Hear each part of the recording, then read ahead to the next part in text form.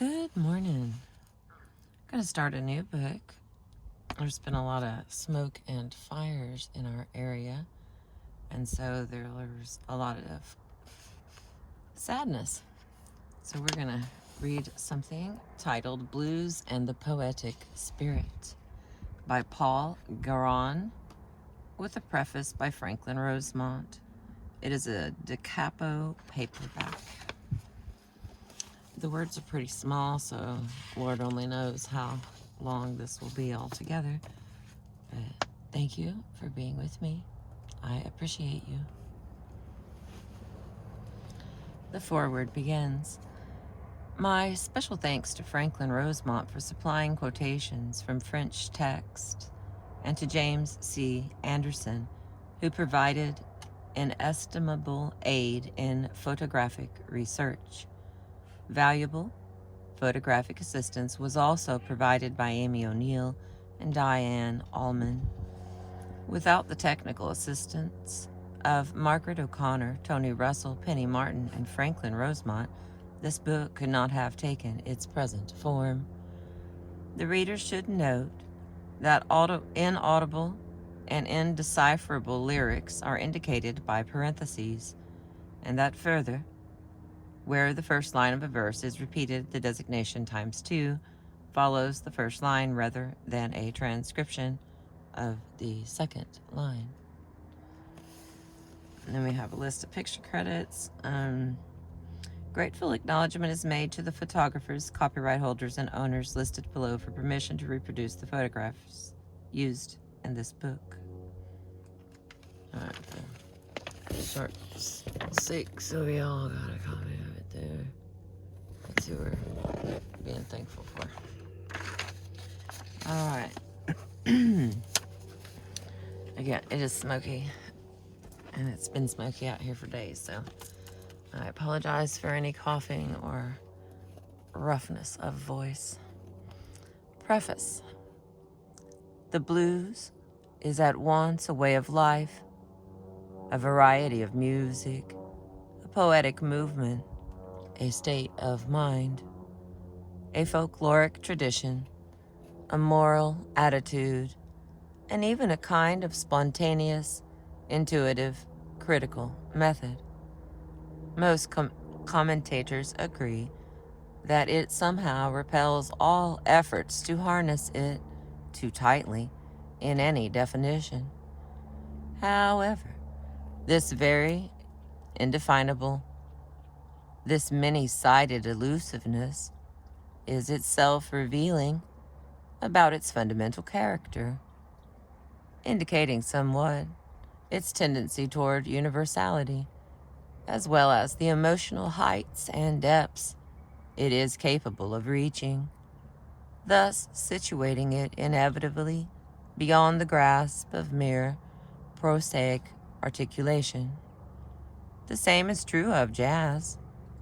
The extreme ardor characteristic of both forms, and the crucial role played in both by improvisation, suggests that they draw more or less naturally on the deepest, most hidden, and most powerful sources of inspiration, as if their adepts were initiated into the use of a kind of Afro-American philosopher's stone, permitting the imagination to take its revenge on everything that gets in its way.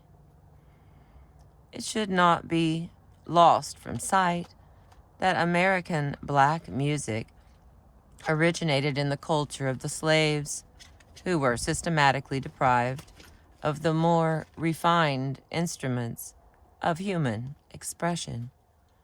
Slaves were forbidden to learn to read or write, and they had no opportunity for plastic expression. Even their musical efforts were severely circumscribed. Slaveholders who feared the use of drums and other instruments as means of communication between slave assemblies, and hence as tools of insurrection, banned such instruments from the plantations. Thus, the spoken word, the chant, and dancing were the only vehicles of creative expression left to the slaves.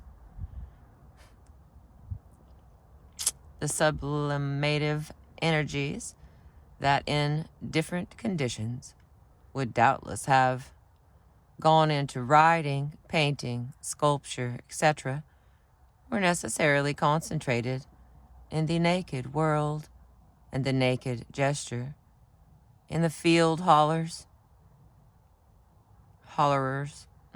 in the field hollers, work songs, and their accompanying rhythmic movements, in which gestated the embryo that would eventually emerge as the blues. Black music developed out of, and later side by side with, this vigorous oral poetry combined with dancing, both nourished in the tropical tempest of black magic and the overwhelming desire for freedom. The extreme repressive context of its origins and its consequent subsumption into itself of the whole gamut of creative impulses together give the blues its unique intensity and distinctive poetic resonance. As a living and fertile body of creative expression, blues and jazz retain today their boundless integrity and provocative flair. Their role in shaping the modern sensibility is already large and shows every sign of expanding. It should be emphasized, since so many critics pretend not to notice it, that all authentic blues and jazz share a poetically subversive core, an explosive essence of irreconcilable revolt against the shameful limits of an unlivable destiny.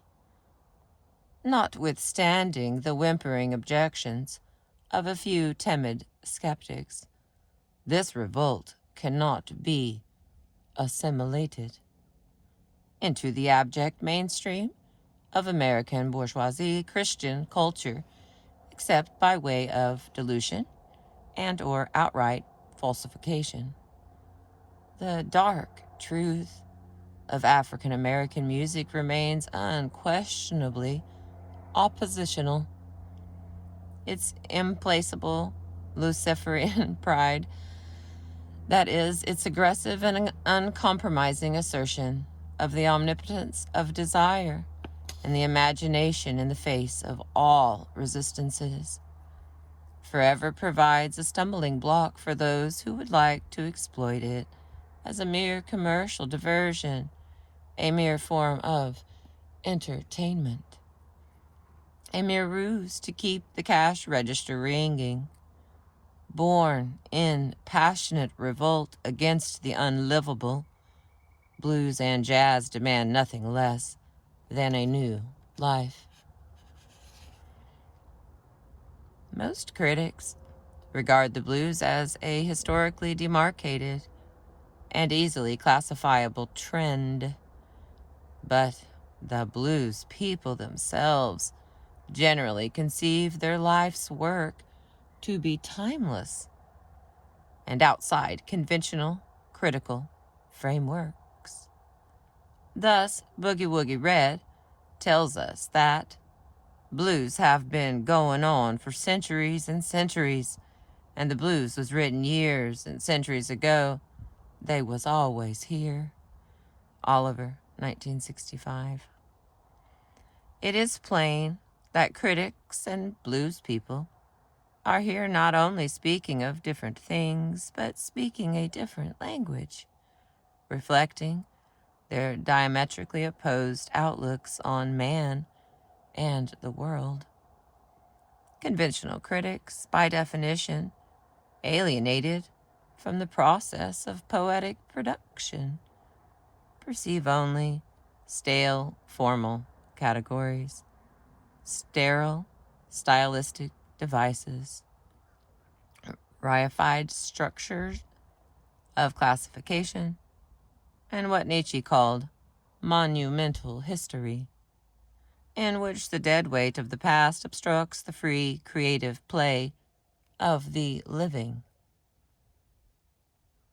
Those who actually play the blues, however, accentuate its eternal character, its living presence, its poetic action on the human condition.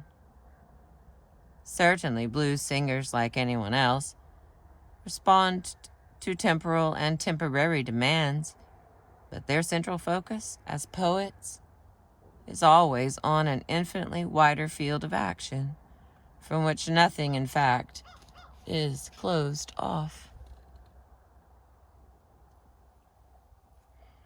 If one of the prerogatives of poetry is its immunity to criticism, poetry itself nonetheless embodies criticism of the most effective and far-reaching kind. In the following study, Paul Garon surveys the blues as a form of poetic praxis, viewed in the light of actual poetic and psychological experience, and above all, from the angle of poetry itself. Author of poetic texts of ruthless humor and delirium. See his collection, Rana Moselle, in the Surrealist Research and Development monograph series, Chicago Black Swan Press, 1972. He also, let's go back. Author of poetic text of ruthless humor and delirium. He also has devoted himself through the years to a meticulous study of the whole range of the blues. His familiarity with psychoanalytic literature, moreover, permits him to substantiate his appreciation of the poetic qualities of the blues by adumbrating some aspects of the mental process involved in the creation of lyrics. To a great extent, it was his profound awareness of all that the blues comprehends and implies that led him into the Surrealist movement, in which he has participated actively since 1968. A study of the blues from the Surrealist point of view will not fail, in some quarters, to provoke the raising of eyebrows, a defensive tic, which serves in this case only to illustrate the extreme poetic backwardness that still characterizes large sectors of the English-speaking world. The fact is that Surrealism, since its inception as an organized movement in 1924, has thrown an unsparing light on everything pertaining to human expression in all its forms, calling into question all previous poetic ends and means, in accord with its fundamental principle of absolute divergence. Surrealism has increasingly provided the contemporary seeker of decisive poetic revelations with new and incomparable weapons and instruments of discovery. Its conquest in poetry, painting, and cinema have come to be widely acknowledged, even if not widely understood. Less well known, but no less important, are its illuminating incursions into the domains of primitive art, the art of the insane, mythology, dreams, play, humor, and the supremely enticing realms of mad love and objective chance. Thus far, however, the relationship of Surrealism to music has been episodic and inconclusive. In contrast to their evident hegemony on other planes of expression, the Surrealists have had little recourse to music. and have had surprisingly little to say about it. That the reticence is not peculiar to surrealism, but is in fact a sign of the times, is indicated by the psychoanalyst anthropologist Georges Devereux from 1959, who observed that both psychological and cultural studies of music are, on the whole, more disappointing and also much less numerous than are similar studies devoted to the other arts. The founder of Surrealism, André Breton, discussed this problem in his article, Silence is Golden, from 1944, in which he emphasized that we must determine to unify, reunify, hearing to the same degree that we must determine to unify, reunify, sight. And he added, significantly, that the fusion of the two elements, music and poetry, could only be accomplished at a very high emotional temperature, and it seems to me that it is in the expression of the passion of love that both music and poetry are most likely to reach the supreme point of incandescence. No one could seriously deny that the blues represents a fusion of music and poetry, accomplished at a very high emotional temperature. And because of its deep concern with all that touches and is touched by love, the blues would seem to provide an excellent point of departure for an exploration along the lines suggested by Breton. While much of the musical side of the blues remains relatively inaccessible, inquiry into its specifically poetic aspects is more than justified by the dazzling allure of many blues lyrics. There is reason to expect that this poetic approach will ultimately assist in the clarification of musical factors as well. On the poetic plane, the blues singers can be considered naive, in the sense that one speaks of naive painters, self-taught artists, completely removed from prevailing aesthetic preoccupations. Their perceptions, and therefore their presentations, are for that very reason often much fresher and livelier, unbiased and unblemished by the morbid ideology contortions of more educated creators. It sometimes is argued that this naive or primitive quality confines the blues irredeemably to traditional content and impedes all attempts at originality. The splendid lyrics quoted throughout this book amply give the lie to such pretensions.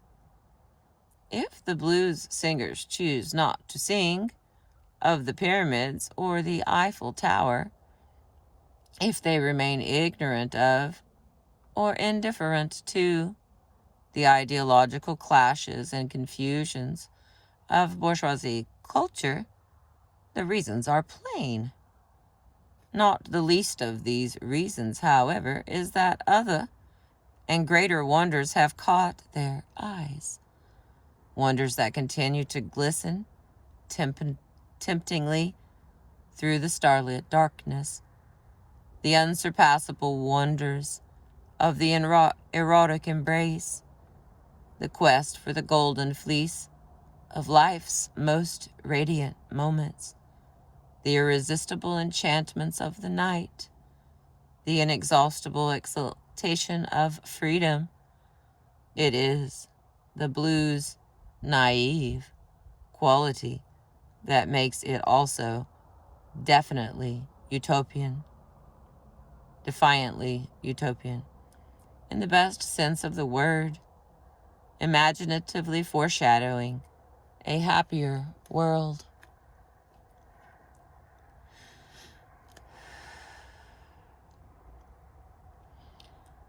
The re-evaluation of the blues will contribute to the re-evaluation of all poetic values by helping us to view the whole development of English language poetry from a new perspective.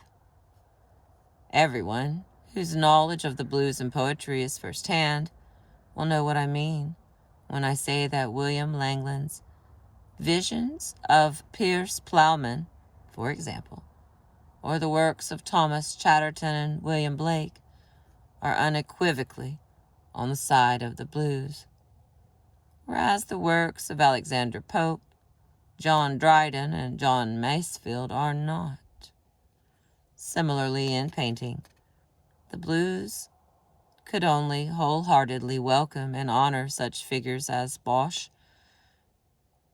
Uccello, and Van Gogh, just as it could only turn away from Rubens, Sir Joshua Reynolds, and Renoir. Every form of human expression could be fruitfully reviewed through this infallible lens.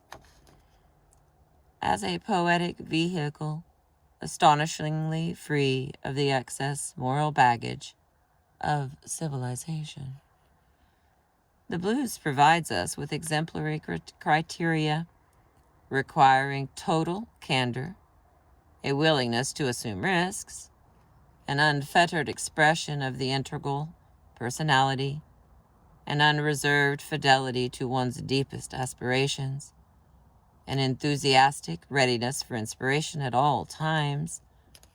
By the same token, the blues is absolutely incompatible with Puritanism, Christian piety, dogmatism, smugness, classism, artifice, fascism, masochism, which, interestingly enough, happens to be the hallmarks of the dominant modes of poetry in English in this century. Okay, let's see how many pages we have. There's quite a few pages left, my dears. And there's a lot of words on these pages. And they're small. Like they were packing them in really tight on the page here. Oh my goodness. Thanks for being with me, letting me start the new one with you. We'll get to some of these other chapters, and it's like a bunch of different blues songs. So I'm excited to see how this goes.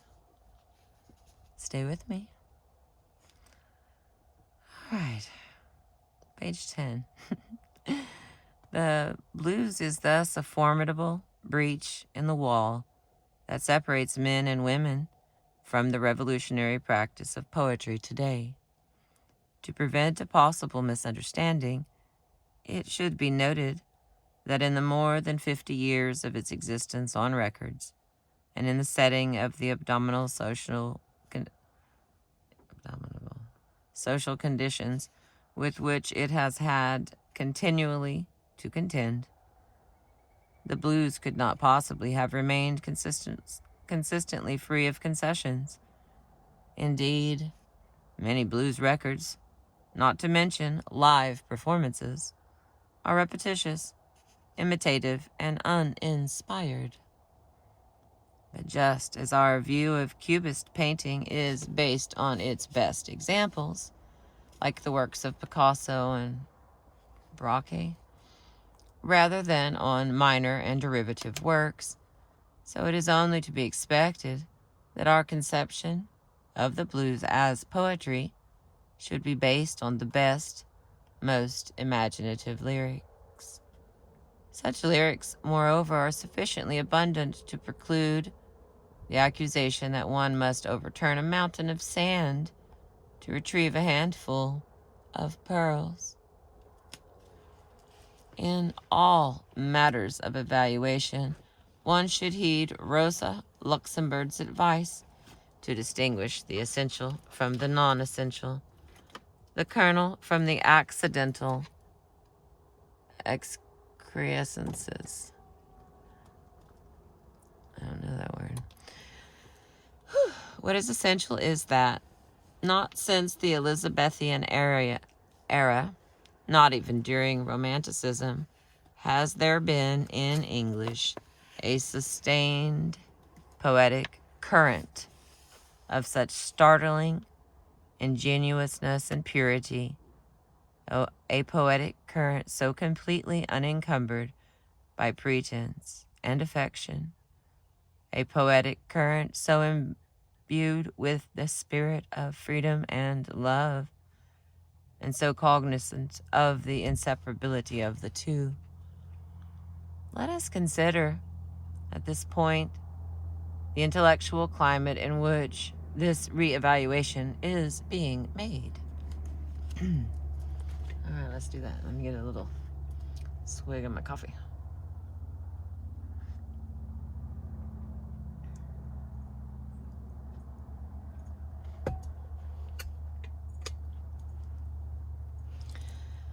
All right, page 11.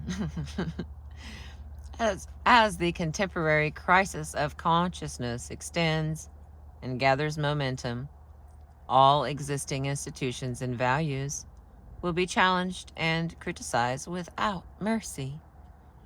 As our awareness grows of the real possibilities of the present and the future, our image of the past is also increasingly released from the shackles of mystification. As the history, sanctified by the fetishism of the commodities, loses its authority, the real history of men and women becomes a lever of human emancipation. And in the same way that the latent faculties of the mind increasingly flourish in such situations, permitting everyone to perform miracles unthinkable at other times, so many forgotten, suppressed figures relegated to the long ago are awakened from their enforced slumber and recognized as forerunners of the actualization of our own most ardent reveries.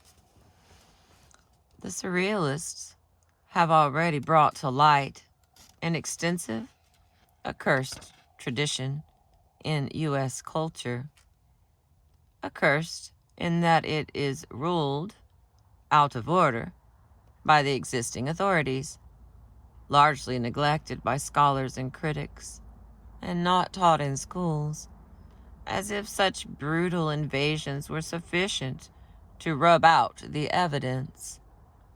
Today, here as elsewhere, the chickens are coming home to roost. A vast array of heretofore excluded figures is receiving some serious attention at last, and thus, for the first time, entering the arena of history as active influences. Even a small sampling of the evidence suggests that the world will never be the same. Here's the sampling. Comic artists, COMIC, such as Winsor McCay, creator of Little Nemo in Slumberland and Dreams of Rabbit Fiend, George Harriman, who created Crazy Cat, and Carl Barks, who created Uncle Scrooge, are coming to be recognized as the bearers of more inspired revelations than most of the august acolytes of the fine arts. Next little category, animated cartoonists, such as Tex Avery and Chuck Jones, creators of Bugs Bunny, and the undisputed masters of the convulsive gag, have brought an unprecedented oniricism. All right, I'm going to spell it for you because I have not seen that word before. Feels like it's missing a letter. Onerirism. They have brought an unprecedented honoricism and poetic excess into visual humor. All right, the next category. Fantasy writers such as H.P. Lovecraft, Clark Ashton Smith, and Frank Belknap Long, usually in popular pulp magazines, have recorded the terrors and accelerations of the awesome dawn of a transitional epic, exactly as did their precursors, the Gothic novelists, during the French Revolution.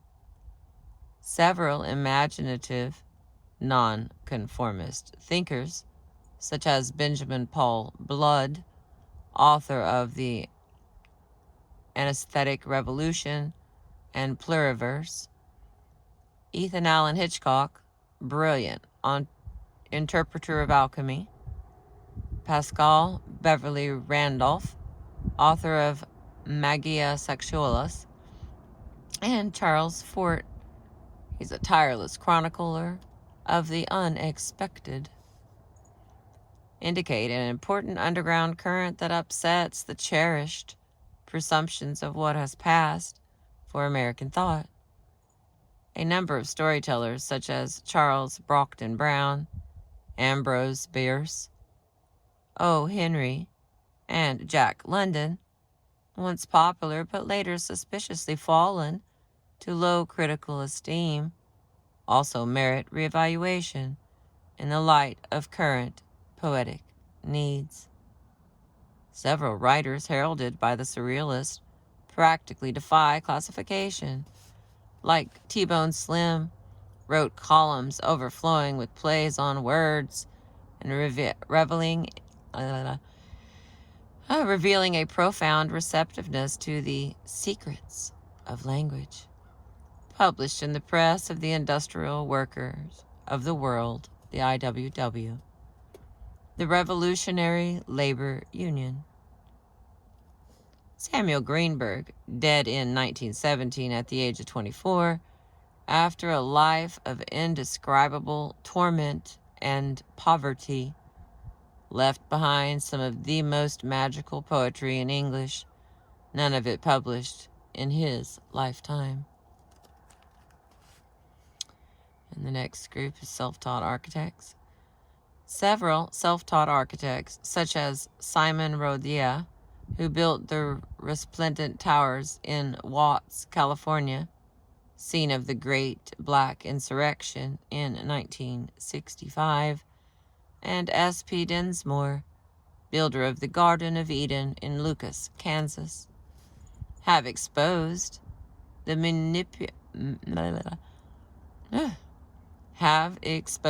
manipulative emptiness and lack of heart characteristic of the loathsome official architectural regime.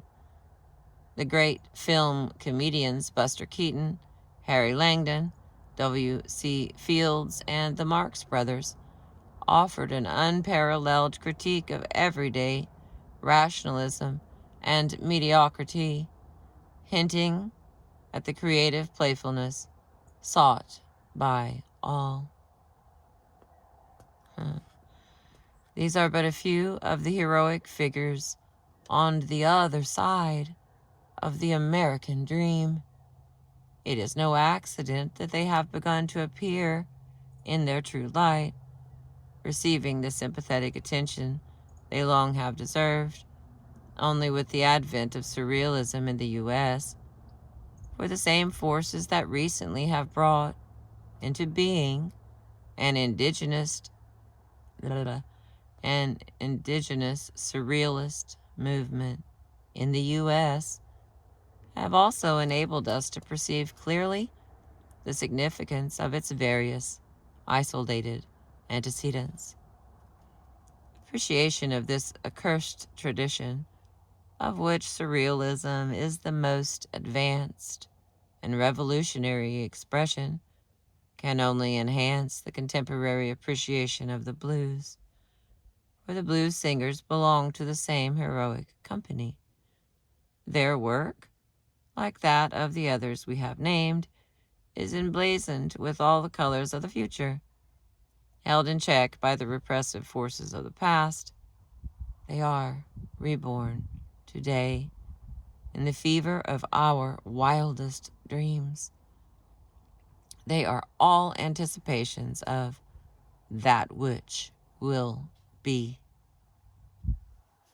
It goes without saying that jazz also belongs to this context, and a few words on the relationship of blues to jazz would be appropriate. If the blues singer is naive, the contemporary jazz musician most assuredly is not. But it is noteworthy that the central figures at each turning point in the development of jazz have derived much of their force of propulsion precisely from a return to the blues. Compared to the primitive vitality, energetic self-confidence, and lusty exuberance of early Storyville jazz and blues, swing, in its best known and most commercially successful, i.e. white, forms, could be viewed as a kind of counter-revolution. But bebop represented a negation of the negation, and consequently, a new affirmation, a vehement rallying to principles. Indeed, its impassioned return to the roots is inseparable from its advance. All right, babies, we got a page left. Stay with me.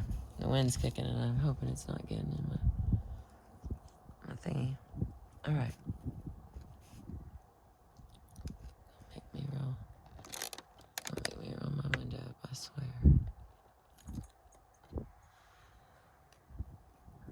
The bebop revolution was followed in turn by cool or progressive jazz, an eminently respectable genre, quickly subsumed into the white middle-class collegiate and advertising executive milieu. But the new dialectical movement, represented chiefly by John Coltrane, Eric Dolphy, and Ornette Coleman, went even deeper into the roots than had bebop. A Coleman composition such as Ramblin', as one writer has observed, seems to reach back to some unnameable country music beyond the Robert Johnson of Hellhound on My Trail, McCarthy et al., 1968. Coleman was in fact a bluesman for years before achieving the definitive transmutations for which he is best known. Dolphy and Coltrane, too, were deeply imbued with the blues, as evidenced by the former's astonishing solos on Charles Mingus Plays Charles Mingus, and by Coltrane's album Blue Train and Coltrane Plays the Blues. More recent developments have taken a diffuse and even confused form after the dull-witted eclecticism of the third stream and new commercial degradations like the bossa nova. The jazz market all but collapsed in consequence of the wholesale revival of rock. The authentic poets of jazz necessarily entered a period of profound occultation. It is evident, however, that the proponents of the tendencies in jazz, which are absolutely modern, in Rimbaud's phrase, Albert Ayler, Cecil Taylor, Roscoe Mitchell, Pharaoh Saunders, Sun Ra, McCoy Tyner, Richard Abrams, Joseph Sharman, operate under the magisterial sign of the primordial blues. I don't think they planned on anyone reading this out loud. And, like, I know I get a word wrong every now and then, but there's so many. Like, I can't sit around and beat myself over a word or two. So I hope that you are equally kind to me. If not, I can't hear you. I'll pretend that you are. Oh, my word. Magisterial sign of the primordial blues. Primordial. I've got too many letters in there. All right. The fact that the spirit of the blues is preserved in the most audacious currents in jazz by no means implies that the blues itself is incapable of autonomous renewal. All right, I'll try it again. The fact that the spirit of the blues is preserved in the most audacious currents in jazz by no means implies that the blues itself is incapable of autonomous renewal. On the contrary, the blues is a kind of automatic phoenix, perennially reborn, an ever reoccurring original source. The simultaneous appearance in black music of Charles Mingus and a naive J.B. Hutto is no more surprising than the simultaneous appearance in painting of Wilfrid Lamb and a naive Hector Haipolati. The blues seems anachronistic only to those who are unaware that the golden age lies not in the past, but in the future. J.B. Lanier remarked that nobody can sing the blues if he has never been blued. Nothing can come out of you unless it is in you. That's Bravin from 1964. Thus, a blues man has crystallized into a powerful maxim the honor and pride and vigilance of the blues, the magnificently undiplomatic straightforwardness of this devil's music, as it has long been called, and its sensitiveness to the cries for the furthest reaches of consciousness make its message all the more urgent in the face of the organized incoherence and hypocritical malevolence of the existing social order. We are living at a time when it is possible for a best-selling book to bear the contemptible title Beyond Freedom and Dignity, in which its author, B.F. Skinner, proposes a system of behavioral modifications, which calls to mind only the billy club and the concentration camp. Now, if blues and jazz stand for anything, they stand for freedom and dignity. We could paraphrase Marx and say that blues and jazz are revolutionary, or they are nothing. Those who are charged with preserving existing social relations at all costs are trying desperately to make them nothing by promoting the impoverished and debilitating effusions of rock, and at the same time, more or less, deliberately suppressing authentic blues and jazz by cutting off their possibilities for extension and proliferation in their natural milieu. The very isolation imposed today on blues and jazz people alike is itself a proof not only of the continuity of their irreducible radical essence, but also of the fact that the establishment feels threatened. The specter of Afro-American music continues to haunt the white power structure. It is Leon Trotsky who wrote that the dialectic of the historical process has more than once cruelly punished those who tried to jeer at it. Whether its chosen instrument happens to be Memphis Minnie's national steel guitar or Ornette's Coleman's white plastic alto saxophone, the dialectic is also preparing the victory of blues and jazz over those whose jeers never have been anything more than the rattling chains of the old order. The devil's music, that is, the music of the damned, the music of the excluded, embraces the revolutionary principle of evil, which Hegel long ago recognized as the form in which the motive force of historical development presents itself. Through its deliberately obscure language of concealment, Oliver, 1968, one finds in the blues old but neglected truths gushing forth in geysers of inspiration, prophesying the eventual triumph of the damned over those who now hold the reins of power.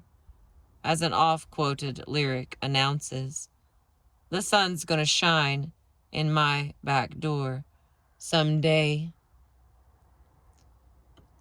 Blues and jazz have their place among the chosen vehicles by which paradise will be established on earth. Got a tiny little note down here before I read you the last paragraph. It is too little known that many outstanding blues singers such as Johnny Shines and J.B. Hutto have long been unable to find more than sporadic employment. The modern revolutionary jazz musician fares no better. The great pianist Cecil Taylor, who has worked as a dishwasher in clubs that featured his records on the jukeboxes, argues that this enforced isolation from the public is an intentional bourgeoisie maneuver to fragment all opposition. All right, last part here. Miraculously incorrigible in every sense, the blues has remained one of the most precious subterranean reservoirs of authentic poetry throughout this century.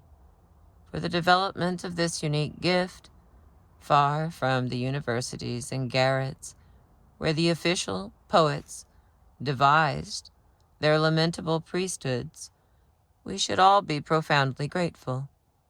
The time has come to render homage to those black working men and women of remarkable genius and lucidity who, in the destitute farmlands of the South and later in the ghettos of the North, gave us works in which poetry retains all its limitless grandeur and always reaches out for more.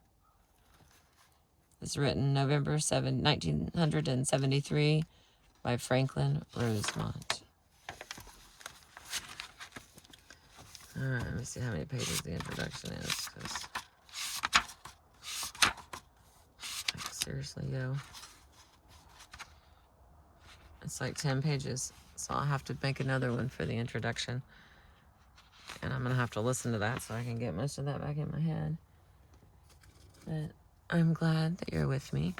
I'm glad that we're working on something new together.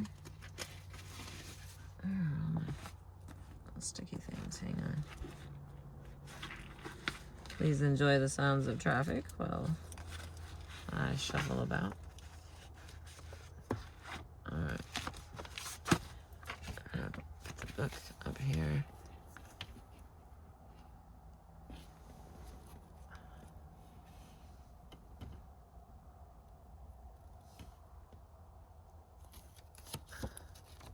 Yeah, the outside came off. So that's what we're doing here. Can you see it? Alright. Thank you for being with me, letting me read to you. I really appreciate it. If you get a chance to like some of my videos, I would appreciate that. Have a beautiful day.